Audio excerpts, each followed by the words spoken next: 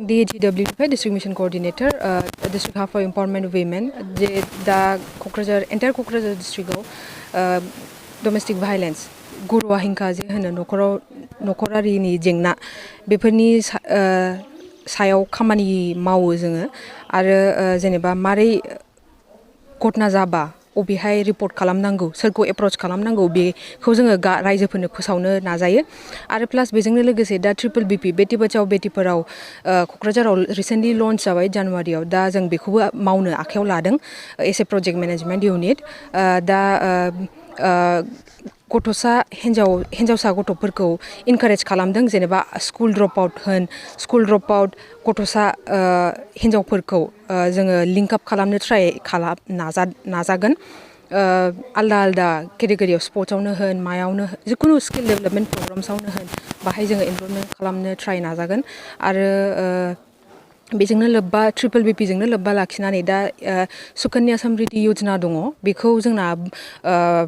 बांसिन मानसियानो बर' मानसियानो खुलिनानै लानो रोङा बे एकाउन्टखौ बेयो 0 to 10 years बे 0 to 10 years गथ'सा बिसोरो खेवनो हागोन बेयो बिमा बिफायानो रिलायबल एकाउन्ट हल्डार जागोन ओमफ्राय बे सुकन्या समृद्धि योजनानि मेन मटिभानो जाहैदों हिन्जावसा गथ'फोरखौ इम्पावार खालामनाय आरो हिन्जावसा गथ'फोरखौ फोरोंनांगौ लेखा फोरोंनांगौ आरो हिन्जावसा गथ'नि नामाव एसेबाबो थाइसे थाखाबाबो दोननांगौ आरो बे एकाउन्टआव 250 निफ्राय स्टार्ट जायो फैसाया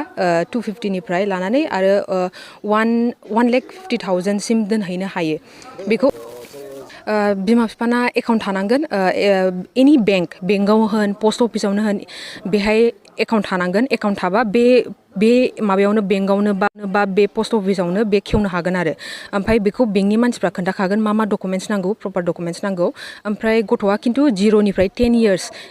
सिम जानांगोन आरोखि ओमफ्राय बार्थ रेजिस्ट्रेसन सार्टिफिकेटआथ' मास्ट थाथारनांगौ ओमफ्राय फेमिलियाव सानै फिसाजोआ मोनगोन आरो सानै फिसाजोआ औ सानैनि बाराबा मोननाय नङा ओमफ्राय मोनसे न'खराव मोनसे एकाउन्टल' माने मा होनांगौ बेखौ सासे गथ'आ मोनसेल' एकाउन्ट खेवनो हायो मोननै मोनथाम आलदा बेंकआव बेबायदि खेवनो हाया आरोखि ओमफ्राय दा जोङो थांखि लादोंखि बेंकजों कलाबरेट खालामनानै जोङो माबागोन होननानै माने बे बुस्थुखौ खेवनो इनकारेज खालामनो नाजागोन जोङो औ खामानि मावनो नाजागोन जोङो ओमफ्राय बेनोमोन बेजोंनो लोगोसे जोंना दा DHEW डिस्ट्रिक्टनि एन्टायार डिस्ट्रिक्टआव मा सुबिदा दङ जेनेबा जेंनाफोरनि जेनेबा ड्राग एडिक्शननि बा डिस्ट्रिक्ट लिगेल सार्भिस मेरला मानसिनो नांगौ जायो हिन्जाव माहारिया बांसिन जोंना फ्रि लिगेल सार्भिस मोनो जिहेतु जोंना हिन्जाव माहारिया बांसिन फिसायफोरनाव डिपेन्डेन्ट जायो इक'नमिकेलि उइक जायो जेनेबा बांसिनानो थ' बिसोरो महिलाफ्रा बा उइकार सेक्सननि महिलाल' नङा हौवासाफ्राबो हौवा माहारिफ्राबो माने मोनो आरो legal service district legal service अथ'रिटिनिफ्राय फ्रि उकिल मोनो जिहेतु बे गभर्नमेन्टनि मोनसे माबा पार्ट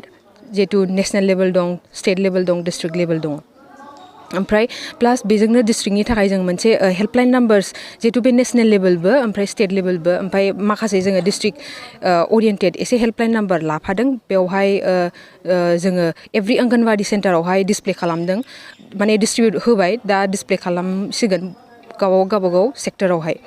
जाहाथे एवेरनेस स्प्रेड जाथों जाहाथे रिपर्ट माने घटनाया बहुत जायो जोंनि समाजाव सिरि जाखोमानानै थायो खिन्थु जोंनाव रिपर्ट सफैया दा एसेबाबो जोङो एवेरनेस सांग्रांथि बेफोरबायदि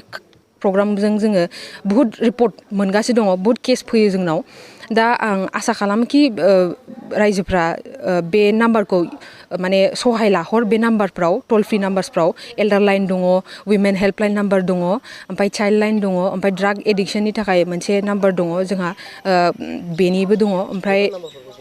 बेखौ 181 बे उइमेन हेल्पलाइन नाम्बार ओमफ्राय पुलिसनि इमार्जेन्सि लाइन दं इमार्जेन्सि हेल्पलाइन नाम्बार दं 112 ओमफ्राय एल्डार लाइन दङ 14567 ओमफ्राय मोनसेया डिस्ट्रिक्ट लिगेल सार्भिस बे फन नाम्बारानो दङ बे लिफलेटआव दंखायो ओमफ्राय साइबार क्राइम जा जिहेतु बिराद साइबार क्राइम जायो फैसा थाखा एखमबा जोंनि एकाउन्टनिफ्राय माबा जायो गोमायो बा माबायो एखमबा बेंकआ रेसपन्सिबल लानो नागिरा थ' बेफोरनि केसाव बे 1930 बेहायबो साइबार फ्रडनि थाखाय माबानो हायो खबर लानो हायो आरो आलदा आलदा नाम्बार दंबावो मेन्टेल हेल्थनि इस्युसनि लानानै बेखौ जोङो इनक्लुड खालामनाय जायासै फिउचाराव जों सानोखि एसे जोङो लाबावगोन आरोबाव आलदा आलदा स्टेप्स माने एड खालामबावगोन डिस्ट्रिक्टआव दा बेनोसैमोन आंनि होननांगौबा रायजोफोरनिसिम दिनैनि एवारनेस प्रग्रामखौ जों मेनलि बे उन्दै बैसोआव हाबा जानायखौ लोब्बा लाखिनानै खालामनाय जादों बेजों लोगोसे गुबुन गुबुन टारगेट्सफोर दं 100 days 150 टारगेट्स आरो बिनिनो मोनसे गेजेराव जाहैबाय उन्दै बैसोआव हाबा जानाय दा बे उन्दै बैसोआव हाबा जानायखौ जों मोरै होबथागोन बेखौनो टारगेट खालामनानै जों गुबुन गुबुन ICDS प्रजेक्ट आरो गुबुन गुबुन ब्लक्सफ्राव बे 100 days 150 टारगेटनि प्रग्रामखौ जों खालामगासिनो दङ एवारनेसआव आं होननाय बायदि बे उन्दै बैसोआव हाबा जानाय ओमफ्राय जोंनि बे ड्राग्स एबिउस लोगोसे जोंनि बे BCCC Bodoland community counselling centre जायनाखि BTC जों गोदान सेटआप खालामजानाय बेनि सोमोन्दै जों रायजोफोरनो फोरमायनो फैदों आरो लोगोसे चाइल्ड ट्राफिकिं आरो जोंनि DHEW नि जायनाखि बेटि बाचाव बेटि पढ़ाओ जायनाखि स्किम लन्च जादों बेफोरखौ जों जोंनि रायजोफोरनि गेजेराव फोरमायनो फैदों दा बिनि थाखाय आं होननो सानगोन जे बे अबेबा मोनसे अर्गेनाइजेसन बा अबेबा मोनसे डिपार्टमेन्टनिल' हाबा नङा बा माने खामानि नङा बिनि थाखाय जों बयबो एसे ससियेल रेसपन्सिबिलिटि माने बयबो बेफोरखौ आखायाव लानांगोन बेफोरखौ नुयोबा जों रिपर्टिं जोंहा माखासे मेकानिजम दं माखासे जे जायगायाव जों रिपर्ट खालामनो हायो पुलिसनो खोन्थानो हायो बा गुबुन गुबुन डिपार्टमेन्ट दं डि-एडिक्सन सेन्टार दं बेफोरखौ जों बयबो दायथ' लालायनानै जुदि खामानि मावाबा